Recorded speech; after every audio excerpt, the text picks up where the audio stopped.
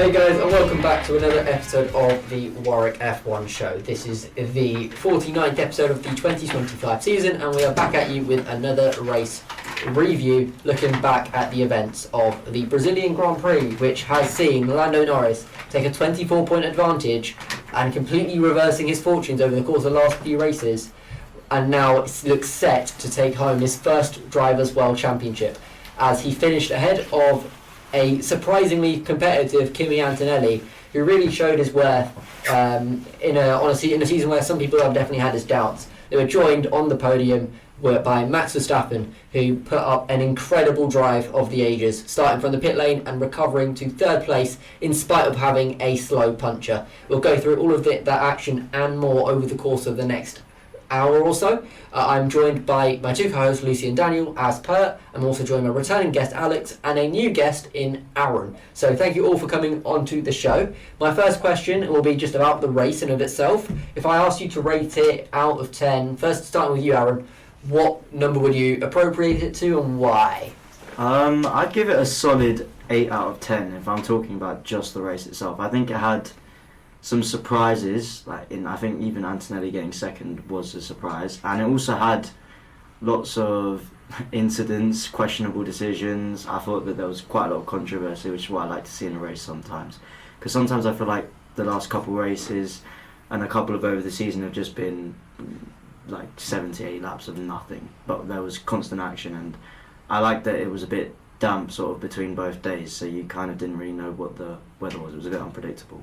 I think Brazil always seems to deliver in that sense. I think we were talking up in the preview, saying that it never disappoints, and it didn't this weekend either, did it, Daniel?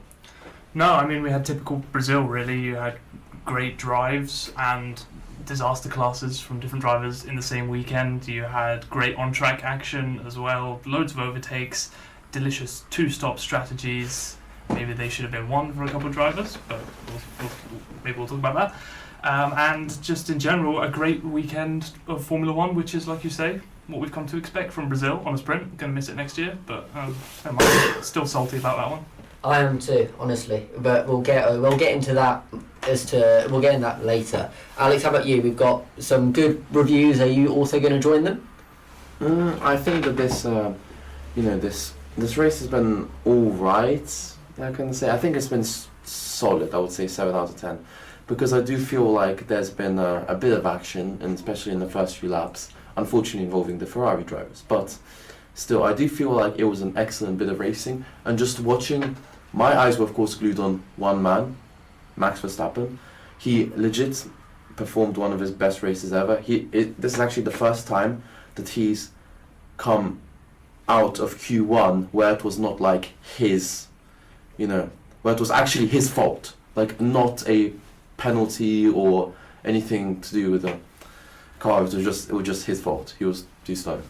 So it was actually quite interesting to see Max. Like, Red Bull, they have an awful weekend, P16, P19, starting from the pit lane, and then P3. That's insane.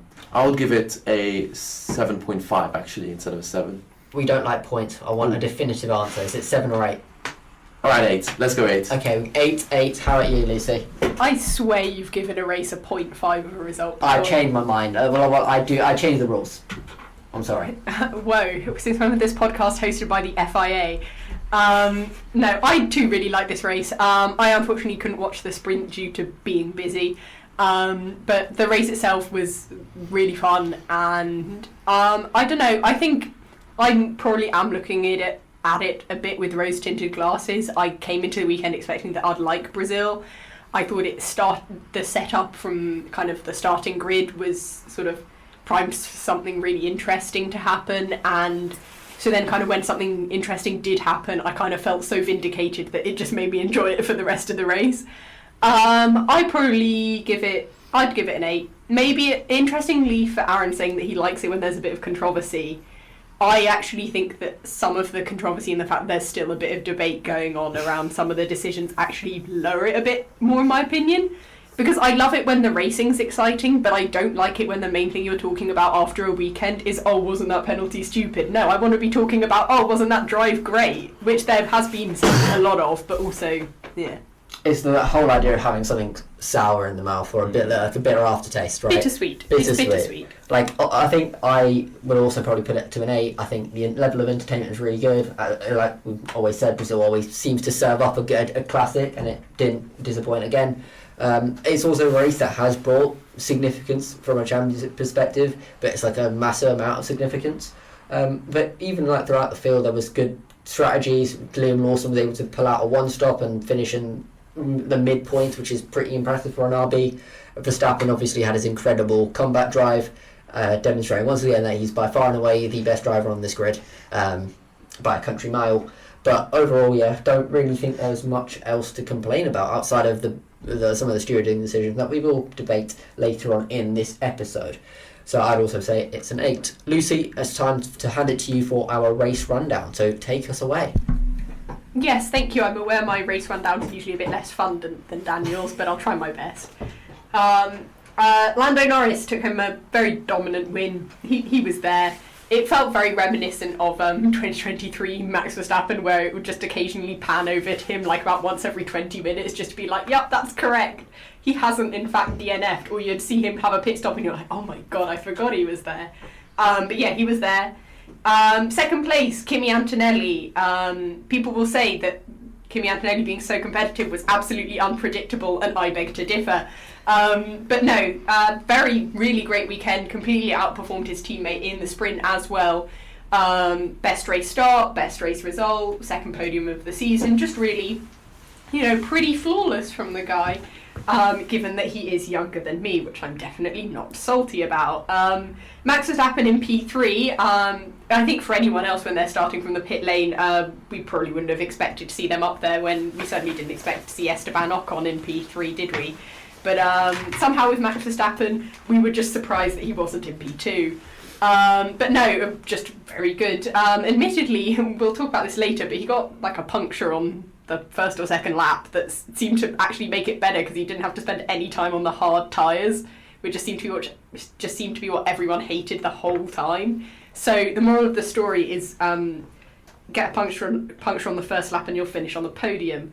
Fourth place was George Russell. Very solid weekend for Mercedes, in a weekend where they weren't predicted to be uncompetitive, but they just kind of never really sort of came into the equation in discussions ahead of it. Second and fourth, pretty solid, and given that the fight for second place in the constructors is definitely well and truly on between Mercedes, Ferrari and Max Verstappen, it's, Mercedes will want all the points they can get, and they certainly did that. Fifth place, Oscar Piastri. We will definitely be talking about him later. He just continues to have a terrible time. I, to be honest, thought this was one of his less dismal. Why are you laughing at me? I am right. I genuinely thought that apart from him driving into some people, this was a pretty good run from him. And it's Formula One. Everyone drives into people here and there. That's kind of the point. Some more than others. Sixth place, Ollie Behrman, somehow bringing a load of consistency that's not consistently finishing in P11 like he was at the beginning of this season. He's really come into his own as Esteban Ocon has sort of fallen out of his own. I don't think there's a paralleling metaphor there, but we're sticking with it. Liam Lawson, P7, the RBs were there and were doing quite well, and I paid not very much attention to them, apart from the fact that,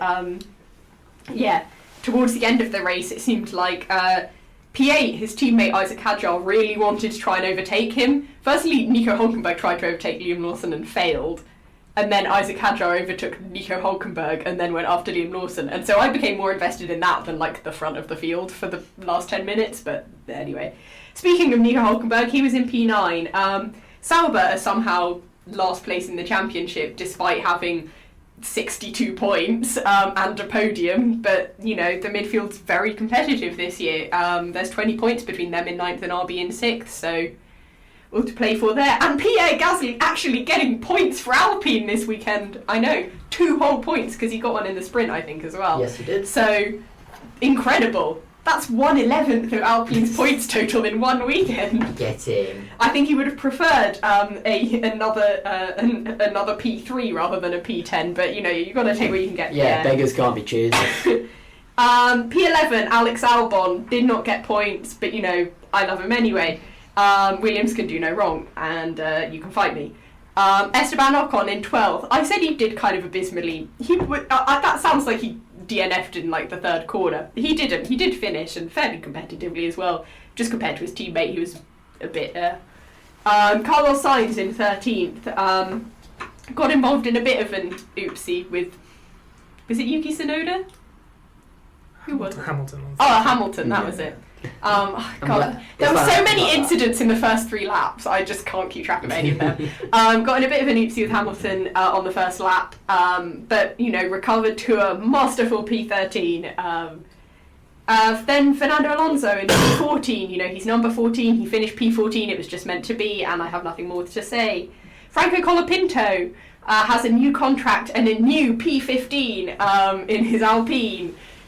That's clearly why he's not scoring points. He realises that it rhymes more if he finishes P13 or lower.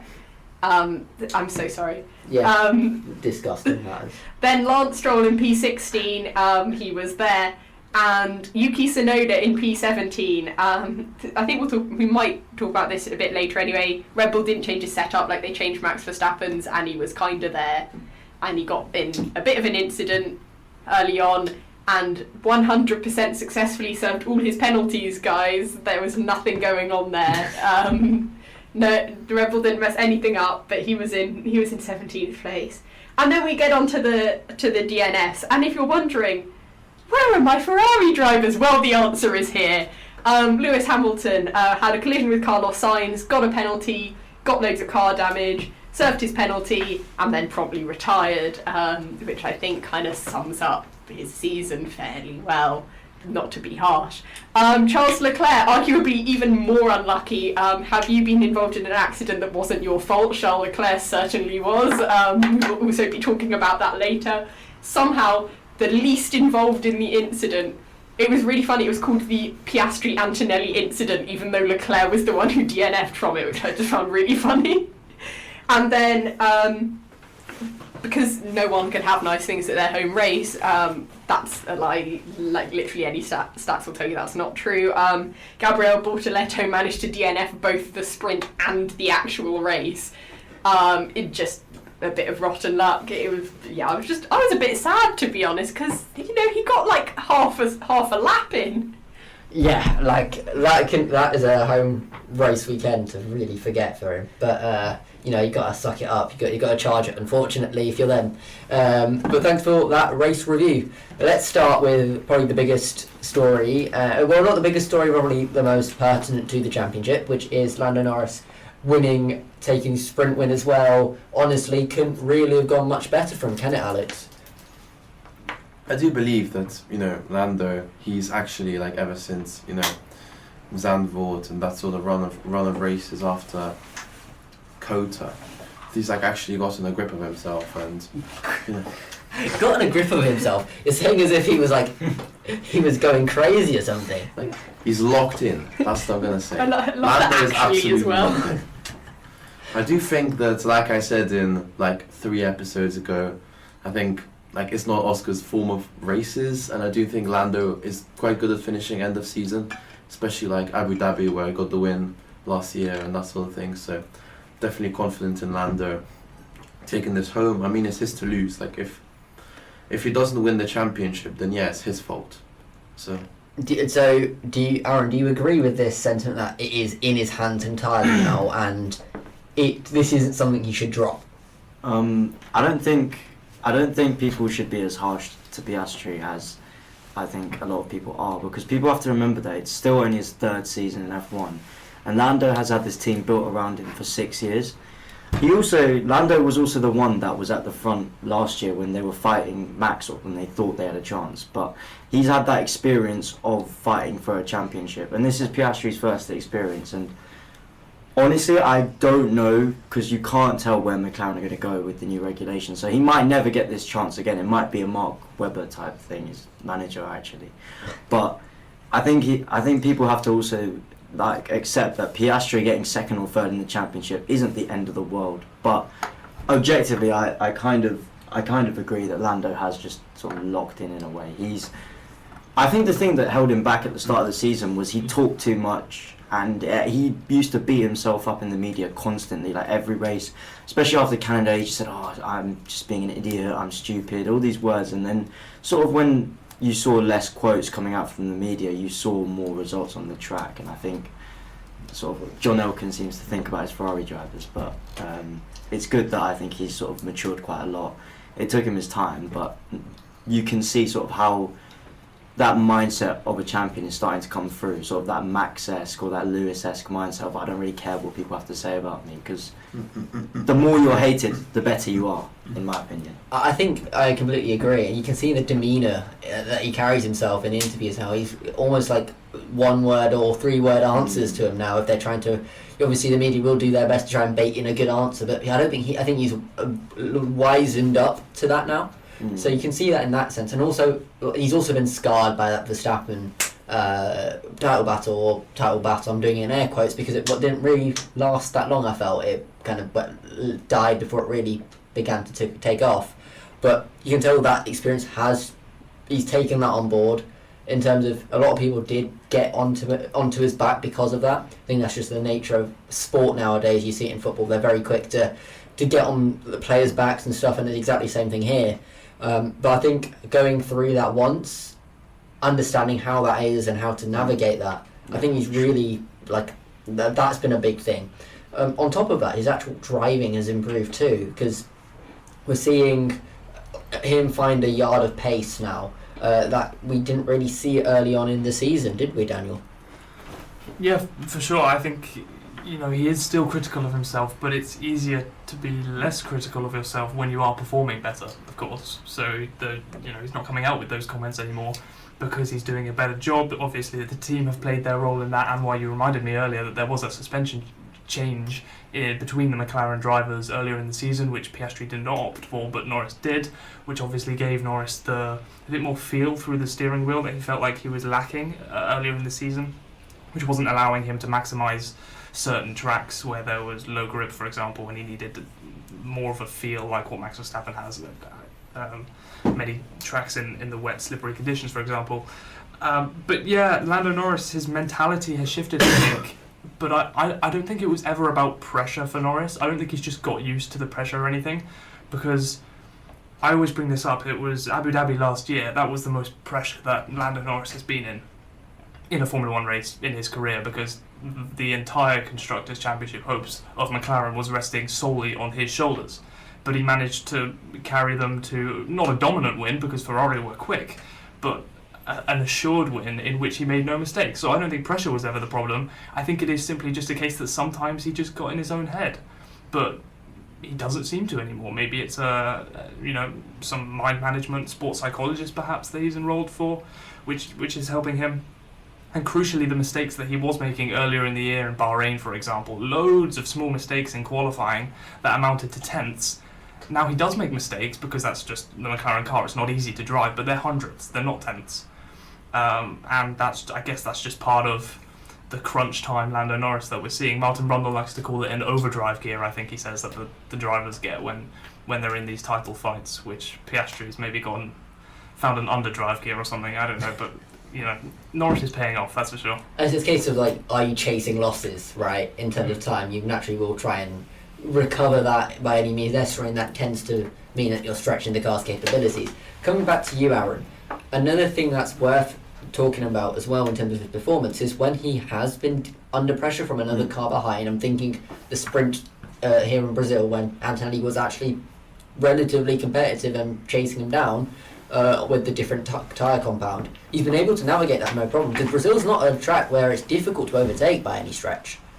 Yeah, and also I think one thing, the actual biggest thing Lando Norris struggled with was his starts. Everyone always used to notice that on the start, out of nowhere, he just sort of bogged down. I think he had an issue maybe with sort of releasing the clutch or something in time, and he's obviously got that tape now that the mechanics tried to move. So he's obviously taken a lot into his heart about the starts, and that kind of in turn will help him with holding people around later back in the race, because that start is what helped him to pull that gap. And even though Antonelli caught him up, I think he'd sort of like had such a nice little gap there that he could maintain it. And that racecraft of defence and starts and overall qualifying pace, sort of, he's starting to look like a very all-rounded driver. And I might be a bit biased because I'm a Lando fan, but I genuinely think that if he wins a world championship this season, people shouldn't take that away from him, because he's driven very well this season, in the sense that he's driven like a world champion in these last couple of races. He's been flawless in every aspect, in his starts, in his finishing, in his defending, his overtaking. I can't really fault much from Brazil, to be honest. I think the one aspect that I would say would be I want to see him overtake with a little bit more conviction. That's the only thing. I think even I'm looking back to Austria.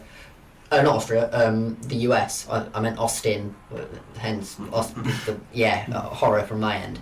But that's the only weakness I'm seeing in him. Sometimes it's hard though when you're racing Max Verstappen and you know that if you even want to try and make a move, he's going to try and put you in the barriers, basically. I got to be real as well. Kind of, it doesn't matter if you're not great at overtaking if you just get pole position every race. That kind of solves your problem.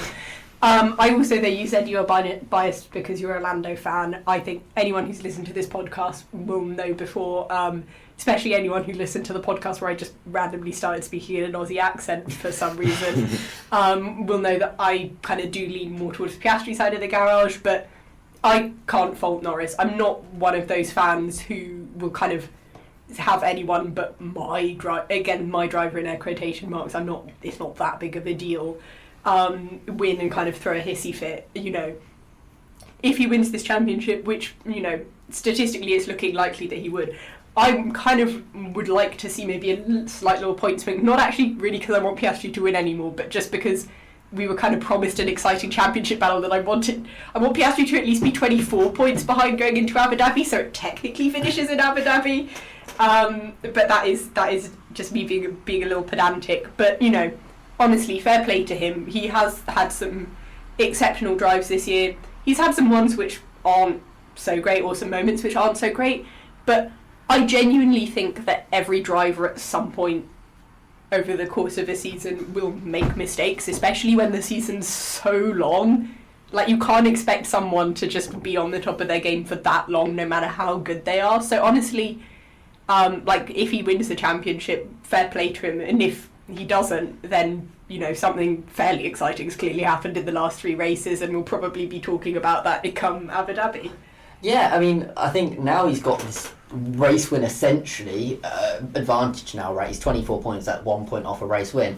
Alex, do you foresee any world where this 24 points gets eviscerated over the course of the next few races? Because if it's a 10-point advantage, I think you can make the argument that it's within touching distance. 24 seems like a bit of an unsurmountable number at this point.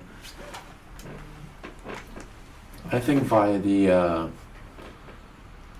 points totals, I don't think Oscar would be able to gain on Lando for the next 3 races unless Lando DNFs. So I think if Lando finishes because to be honest, I've talked about Oscar's form before at the end of the season, so if Lando doesn't DNF, I think he's going to win the championship. But if Lando DNFs, then the ball game's open, because Oscar could be P1 or P2. But the thing is, the gap between P1, P2 and DNF is much bigger than P1, P2 and P3, P4. Yeah. Yeah, I think the main thing as well is there's obviously nearly a race gap. It's 24 points. I'm almost sure.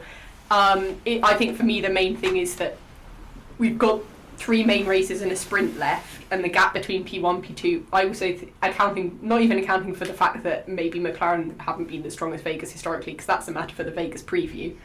No spoilers.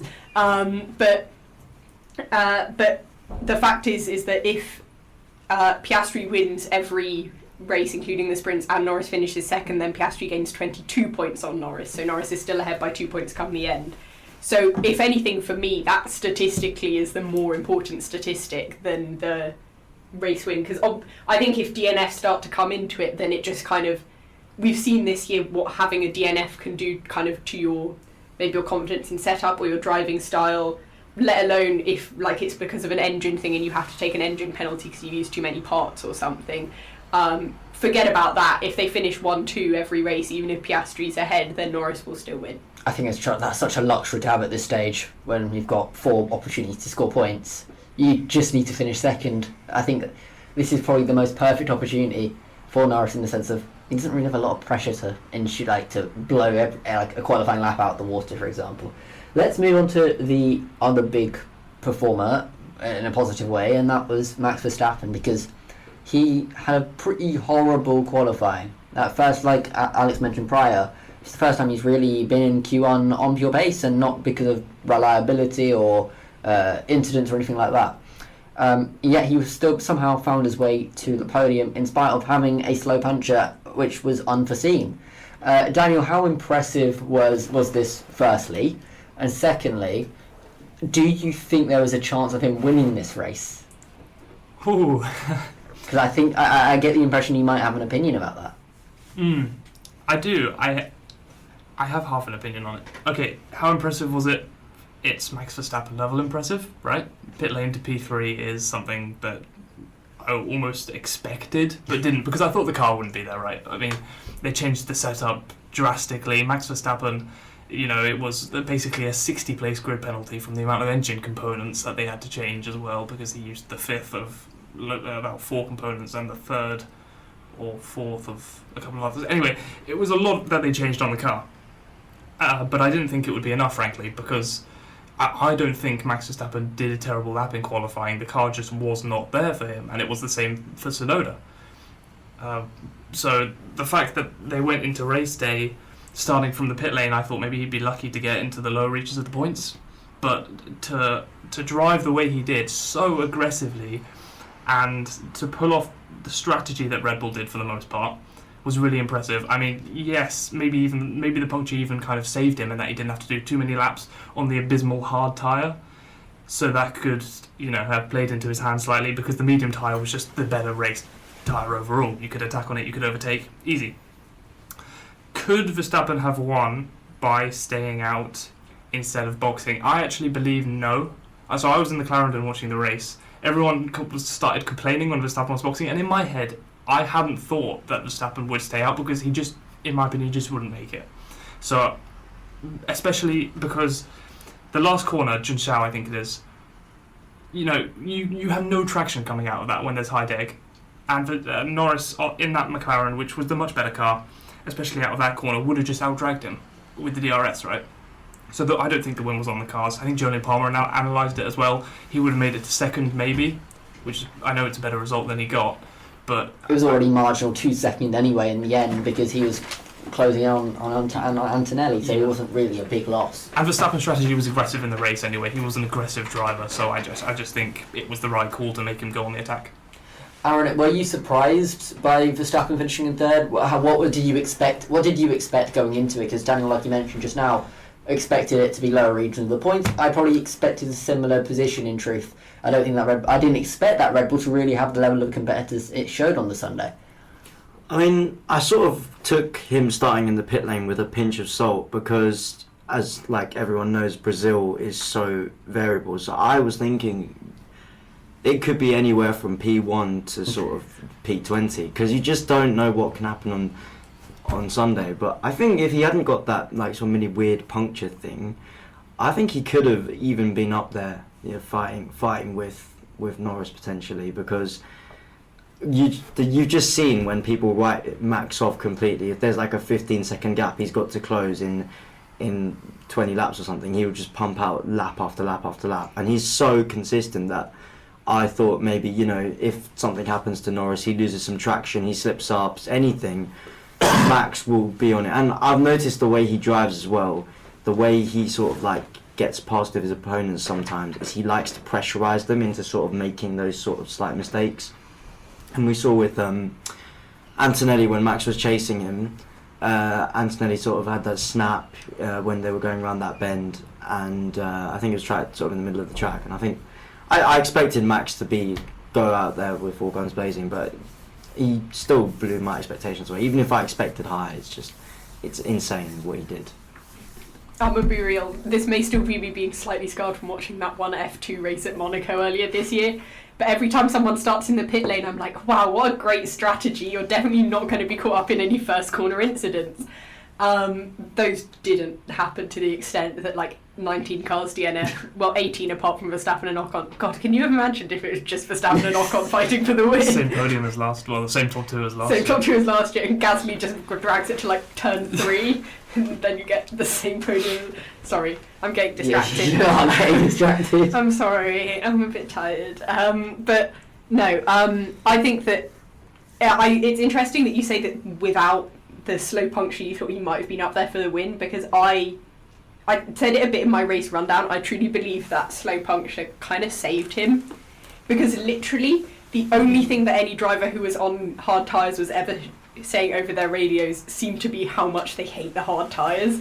And so I really believe that kind of just being able to effectively do it ended up being a medium soft, but like even had he like really extended it, like just being able to just stick on the mediums and then decide what you want to do later down the line was a pretty good move, when kind of, because when you're on a tyre you want to stick on it.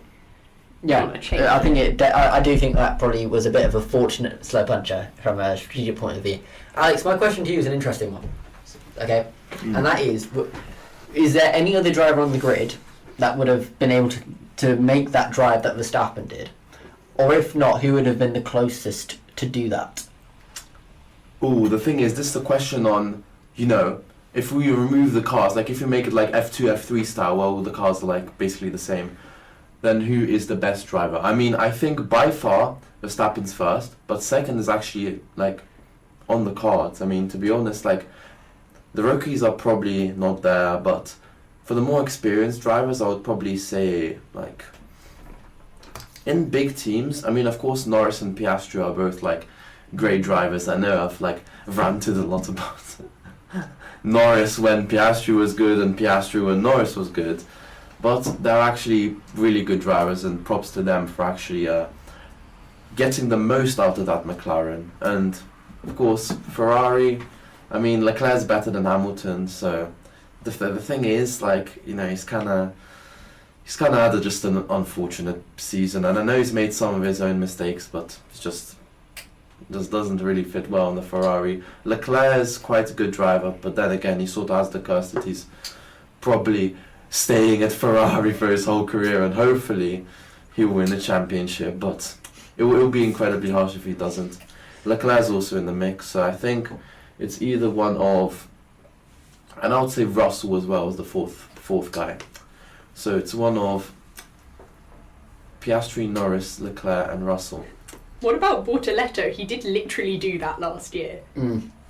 Bortoletto. If we're in F2 cars, then I don't know. Maybe I'll mention a Williams driver. It's a rogue outside. Right, that's where I draw the line. We're not mentioning any Williams driver in that discussion. They are not capable of that. Come on. I'm sorry, Lucy. I'm just going to be. Never coming on this podcast again. Right, I'll see Ferrari signs from 2024. I don't mind that. That's not a bad idea. But I do think it was a one-of-a-kind drive. I don't think there was anyone on the grid who could have done that. But let's pivot to another driver who I think, really impressed. I think we were all impressed by the three people who were sat on that podium by the end of that Grand Prix. I'm talking about Kimi Antonelli, because for a large expanse of the season, a lot of critique has come his way, because he had a really poor European leg and only had really shown dashes of the potential that Toto Wolff had promised. But I think we had definitely seen that over the course of the Brazilian weekend, right? Second in the sprint, second on the grid for the sprint race, just constantly second and constantly quicker than his teammate, which I can't really say has happened over the course of this season so far. Firstly, I know, Lucy, you put him second in your predictions. Was that out of hope, or did you actually expect that to happen?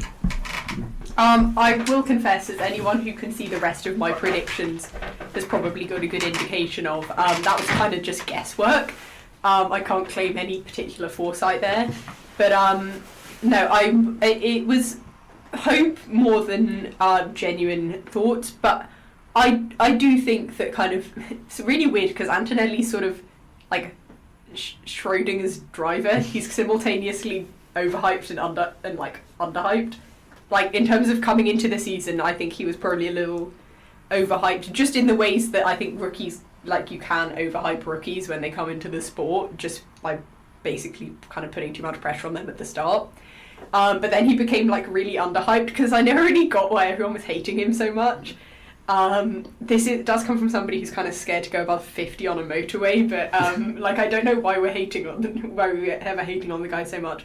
But no, I think I didn't expect to see this performance. I particularly didn't expect to see him outperform Russell because Russell's been so consistent. So kind of nothing to do with Antonelli and more to do with Russell. I think had you told me that Antonelli would have finished second, I would have assumed that Merck had just had a really good weekend and somehow got a 1-2.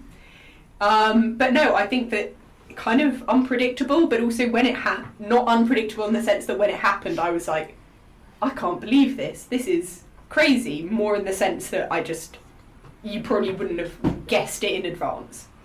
Yeah, I mean, I'm actually very happy that Antonelli put up this result because I think it puts a lot of the doubters to bed. And we had Jack Villeneuve. I remember Jack Villeneuve saying something stupid that he didn't deserve to be on the grid, or it was too early, or something like ridiculous. Must be a day ending in Y. Yeah, must be a day ending in Y because honestly, this guy comes up with such nonsense all the time. Daniel, how impressive was the actual drive in of itself in your eyes? The drive was great. He just had so much pace in sprint and race.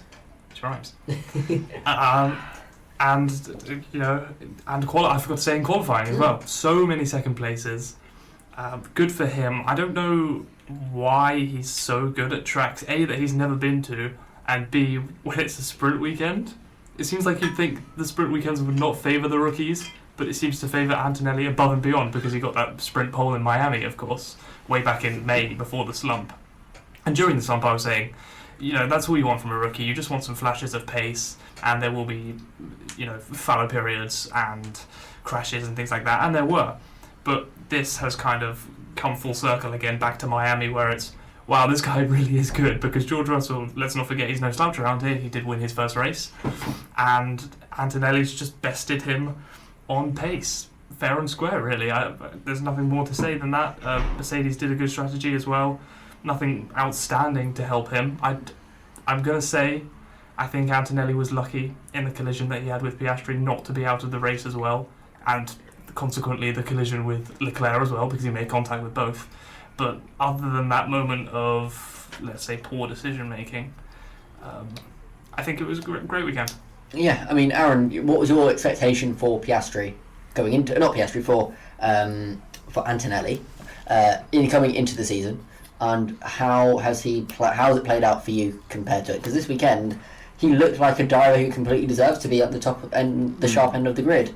Well, I knew he was going to do well because titanium dioxide isn't banned, but I actually do think that he was going to do well this weekend. Sort of just we've seen that momentum, and he's really sort of coming to. I think it's that mindset thing again that we've seen so much this season, more than other seasons, in that when something happens to a driver like Antonelli, when he had that sort of purple patch, you could tell again from the interviews, from sort of the way the media was pressurising him, the way he was sort of presenting himself in the paddock.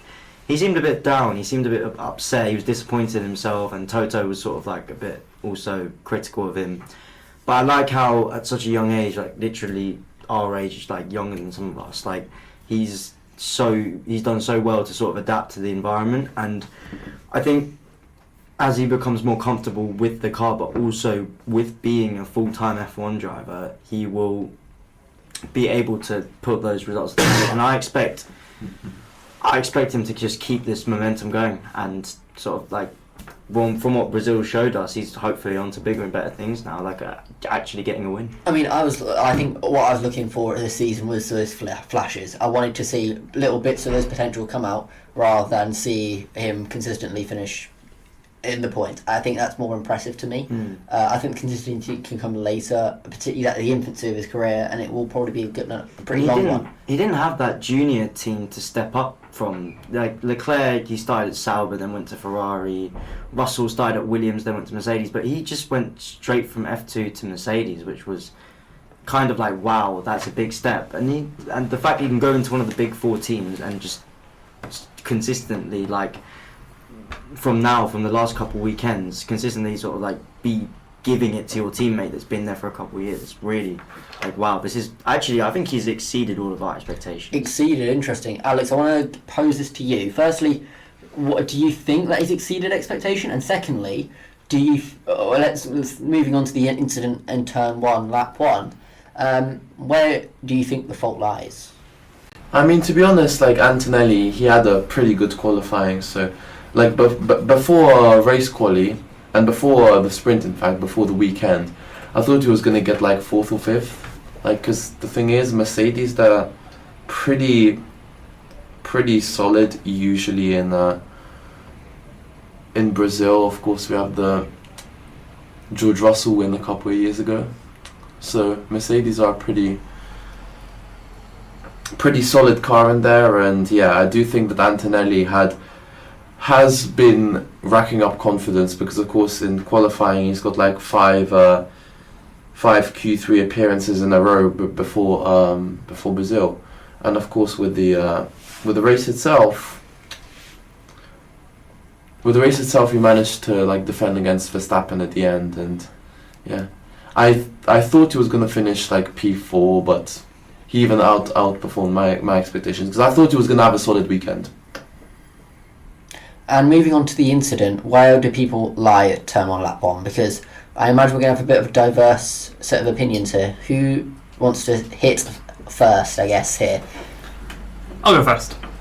Okay, so Kimi Antonelli visited the grave of Ayrton Senna during the week before the Grand Prix, right? Yep. Maybe it's why he was so good. I And saw him maybe- listen to an audiobook there as well. He was? He was listening to Do an you know what it audiobook. was? I don't remember. I'm sorry, I can't give the book recommendation. Yeah. Oh, no, Since he was when on the is- bench reading it. Yeah. Yeah, I Since remember. when, is Is that this, audio? since when is this turned into a literature podcast? Look, we're very multi-dimensional.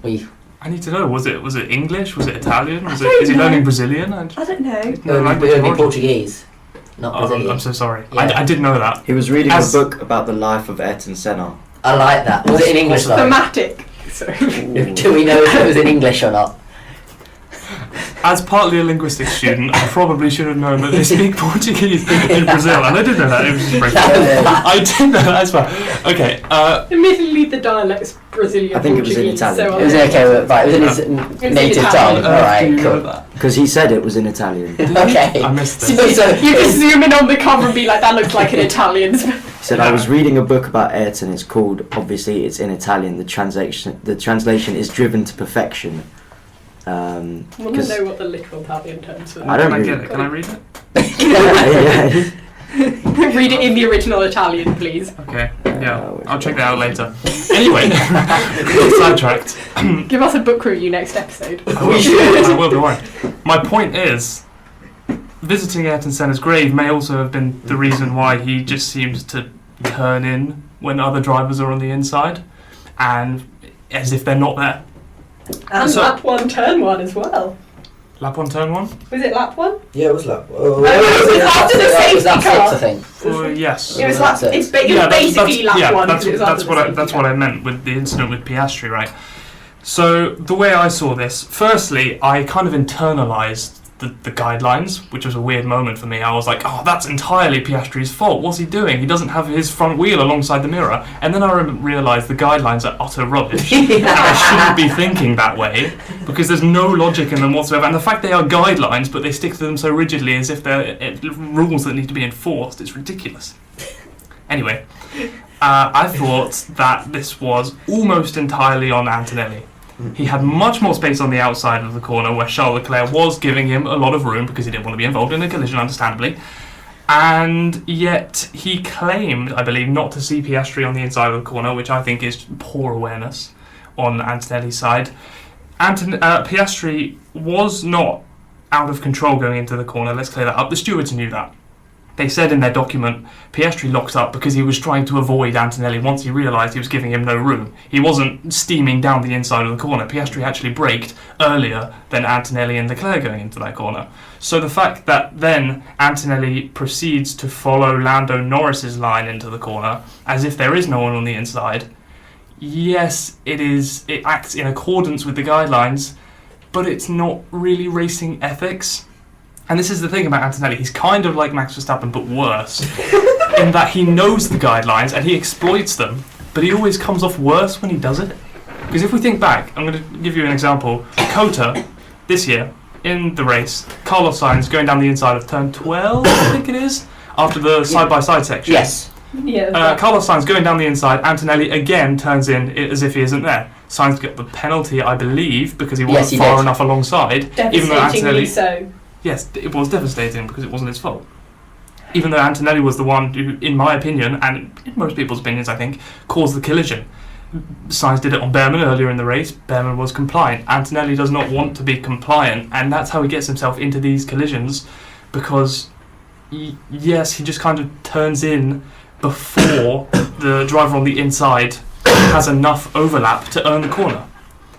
So what's the solution? Does Piastri just dive in and get enough overlap so that the corner's his, and if they collide then it's Antonelli's fault, even though Piastri's steamed in even more? It doesn't make a whole lot of sense. Call it a racing incident if you want, but I think more blame was to be put on Antonelli. That's my case. Yeah, I mean, it was. I personally don't have really a strong stance. I don't know about anyone else. So Lucy, Aaron, Alex, what do you think? I'm kind of glad that Daniel said that first, because I was thinking a similar thing, but I kind of knew if I said it, it would be like, oh, you're an Oscar Piastri fan, of course you think that.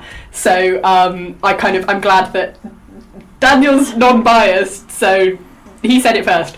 No, I think that I would probably be, to be honest, this is kind of, again, the argument I'm making here more is less one driver was in the right, more one driver is in the wrong, and more the guidelines are stupid. I think that if the stewards are so lenient with lap 1, turn 1, I kind of think they should do the same for after safety car restarts, or not do it at all. Because I kind of view them as quite similar things. If they're, admittedly it's a rolling start and not a standing start, but I feel like if your principle is just we don't police lap 1, turn 1, then don't police turn 1, lap effectively 1. Because I feel like they're kind of similar. I was surprised that Piastri got a 10-second penalty. I know why they've kind of abandoned 5-second penalties, and it's because there was a lot of criticism for the fact that it was kind of too easy to just, especially if you were in a very fast car, to just negate the impact by just, there was no onus on you to actually kind of play fair if you thought you could drive up and get a 5-second gap ahead of someone. I personally think this is one of those scenarios where I feel like there are enough mitigating circumstances to warrant it being at least a 5-second rather than a 10-second.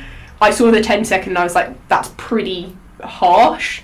Even if you think that it's Piastri's fault, which I don't necessarily think it was, it's kind of iffy. And I hadn't cleaned my glasses, so how well was I seeing? Better than the FIA still, but that's a different question. But I would say it's probably not Piastri's fault. Even if it was, I would say it's more of a 5-second incident than a 10-second incident.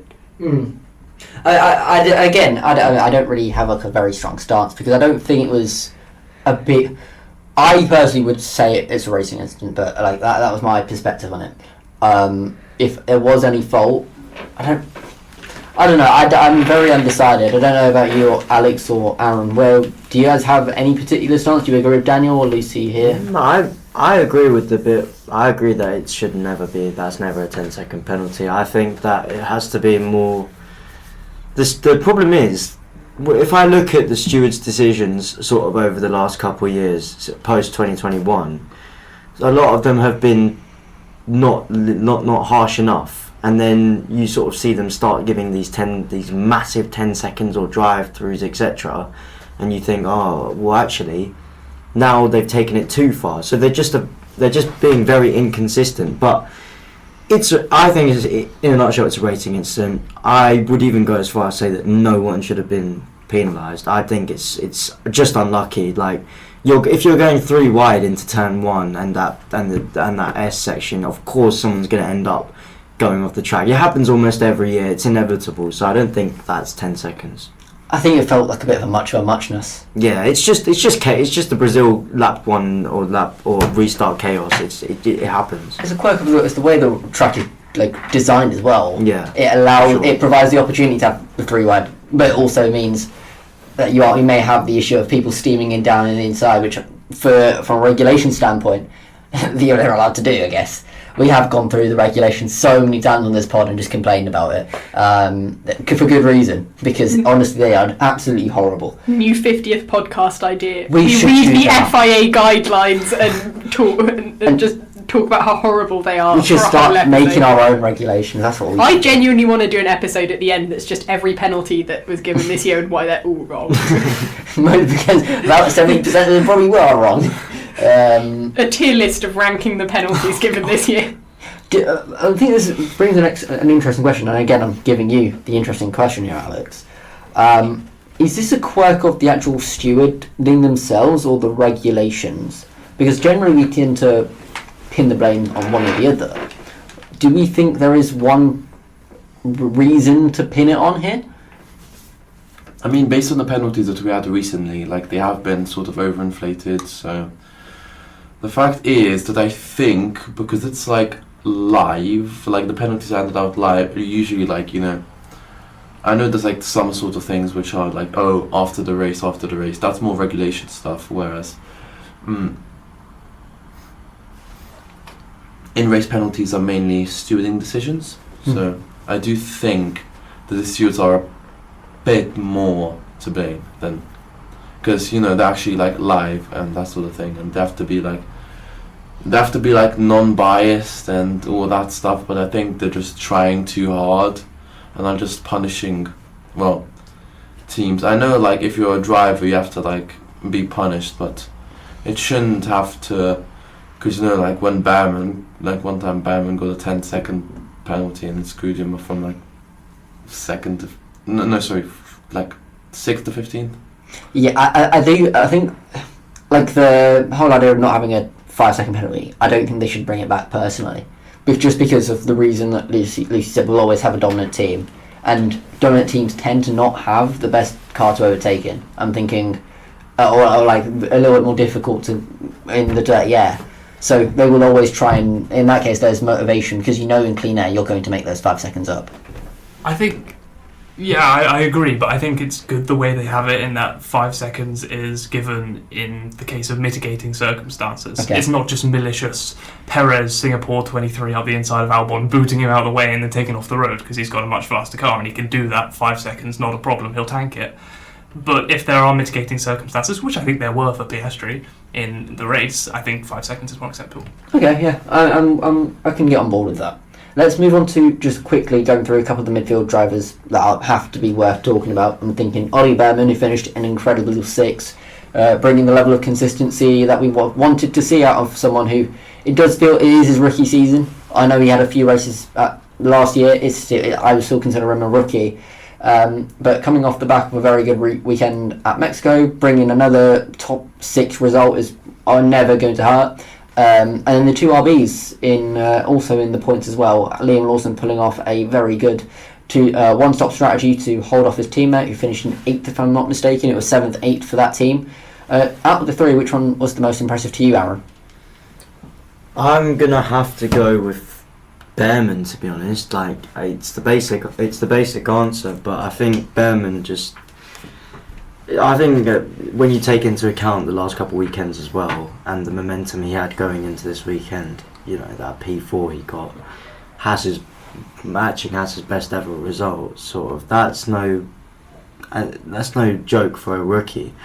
And when you look at Ocon, who really is one of the longest serving drivers on the grid, people forget this. Ocon's been around for a long time, sort of going back to the Manor days, 2015. Yeah, Ocon is really old, even though we don't actually think about it, because he looks quite young when you look at him, but he's actually one of the older drivers on the grid and one of the more experienced, and he's kind of getting a bit schooled by a rookie here. And it sort of brings into the conversation, is Behrman, what's his next career step? Because he just can't stay at Haas. He shouldn't stay at Haas his whole life. So I think that he should be eyeing that 27 Ferrari seat. I think that's what he was ultimately part of that Ferrari academy, right? So that's why he's in that Haas. Maybe Cadillac's an option for him going forward, because they if I'm not mistaken, they're Ferrari powered, right? So maybe there is some type of link that allows him to shoot him off there if Cadillac become competitive. But I think if we see this again, another like a good result from the end of the season, I think his agent has got some work to do because Ocon's not a bad driver. I don't think I know his experience. I know he is getting schooled here. I think this is more a reflection of Ben as a driver rather than Ocon as a driver, if you know what I mean. I think this is Ocon. This is not Ocon being really bad. This is more Ben surprising us and being very good. In my spot, do you agree? It's kind of like how we saw Lewis his first season with Alonso. Alonso had been there for not a long time, but like he had enough. You knew enough, you know what his baseline was. You knew what he was doing, and he didn't get schooled, but you just saw that sort of spark in Lewis. And I'm not saying that Behrman is ever going to be, or could be. He could surpass Lewis. We don't know, but for now, very unlikely. It's very unlikely. But I'm saying that I think that he. I didn't. Some of the stuff he's been saying and doing, like I sort of think like at the start of the season I didn't really see much of a personality from him, but he's sort of come into his own and he's getting his own personality in the grid, which is what I like, because I like to see someone who can sort of take their own to the other drivers and not just be that random driver in the background that we'd never hear from. Yeah, we don't want him to phase into like a midfield driver. Yeah. I guess, Lucy, do you agree with Behrman? Well, I guess I want to focus more on the not the AlphaTauris. They're not called them anymore. They're called the RBs. The Minardis. I had to get reminded by Daniel there. Oh my god, that's really bad as a presenter. But we're going for your job. Yeah, I can't. Yeah, please. Oh no. On a serious note, the RBs again impressive. Both cars. Lawson once again showing that he is actually a capable driver. I think I've actually been very impressed with Lawson over the course of the season. I think the way he's recovered from getting dropped. I think the way he's dealt with that has been very good. I think him and Hadj are actually a very good match for one another in terms of pace. And I guess, was that impressive for you as well? Yeah, I think arguably one of the most impressive things is how Lawson perfectly times his really good weekends with weekends where Yuki Tsunoda's performed just absolutely awfully. And admittedly, this weekend was arguably maybe quite a lot to do with setup. I think we talked a bit before it started about how Red Bull kind of didn't change his setup, so we kind of had him driving on the quali setup that couldn't work and Verstappen with like his 60 grid penalties worth of new setup changes. But still, I think that I agree, the RB's had a very solid weekend. I think that, they're sixth in the championship. I was about to say they're quite solidly sixth. They're not. It's really close. And they will have to kind of keep fighting. But I think the great thing about the RBs is that when I think about how they've performed, I don't ever think, well, because, yes, am I thinking of Alpine last year? 100%, absolutely. Alpine frauded their way into their position last year, let me be very clear. And that may be because I'm a little bit of an Alpine hater, but they did not deserve the position they got. My main respect for RB comes from the fact that they haven't just got to a very good position because Hadjar got a podium in Zandvoort. Both cars, and it is both cars, because it was both cars when Tsunoda was there for 2 races, which admittedly was not very long, but still, he got a couple of points for them. Come the end of the season, that might be quite crucial. But I think that they have 2 cars that can be very competitive, and in a season where the midfield is so close, the fact that we never really count them out of a discussion about who's going to top the midfield is very powerful. Yeah, I mean, I echo everything you said. Alex, I want to go to you before we move on to predictions quickly. I guess, do you expect RB to continue this level of form and Behrman to continue his level of form coming into the end of the season? I mean, I do think Lawson's improved. Of course, start of the season didn't work well for him, but now he's actually getting into the groove of being in a car which he actually feels good in. So, yeah. And as for Hadjar, he's just been a really, really good rookie. I've said it before, I think he's the best rookie on the grid. I agree. His podium, his multiple points finishes, P3, P5, P6. It's the level of consistency, isn't it? Yeah. I just feel he's had a very impressive season. And I do not want him to be demoted to the Red Bull second seat where he'll just suffer next to Max Verstappen because the car just built for Max and the second driver basically is getting worse and worse and worse. We move from the Ricardo days to the Gasly, Albon, Perez, and then Lawson and now Tsunoda. Yeah, I mean, it's not. It's just Red Bull have a very big second driver problem, and I want Tim and Hadjar. It would be better for both of them to stay as teammates inside the Racing Bulls team. I mean, you just want those drivers to flourish, and I don't think Red Bull second seat is the place to flourish. Particularly, Lan, you mentioned the trend is trending downwards, actually, in terms of performance, which is less than ideal. But that brings us to the end of the regular segment. We're going to go to the predictions, which we're just going to whiz through quickly, because there's only 3 of us who had predictions last weekend. So we'll get through them quickly. Do either of you want to start, or do you want me to start? I believe I started last time, so someone else should start this time. Oh, right. I'll go, because I don't normally start, actually. Unless, Daniel, you really want to go. No, go ahead. Yeah. So, I think I had a good week this weekend. So, I said, if you don't remember the point scoring system, it's 3 points for a correct position or a correct sprint win or a correct DNF or random prediction, and 1 point if you are one off the top 5. So if you're second and you finish first, you'll get 1 point instead of 3. I said a sprint win for Lando Norris. I also said he converts that on the Sunday, so immediately there, 6 points off straight away. I'll take that. I said Max Verstappen finishing in second. That's another point, so we're in 7 so far. I then said Oscar Piastri finished in third. He did not finish in third. He finished in 5th, courtesy of that penalty. And then 4th and 5th were less said the better. I said Pierre Gasly and Nico Hülkenberg. They both got points. So at least it wasn't horrible, but they weren't anywhere near the top 5. I thought it was on 20 minutes into FP1 when Gasly comes onto the radio and says, "This car feels so much more alive than before." I was like, Anwar's P4 is so coming in. It did not, but honestly, I'm happy with him getting points. Yeah, so am I, as you might find out later. Sprint to win, I put Max Verstappen.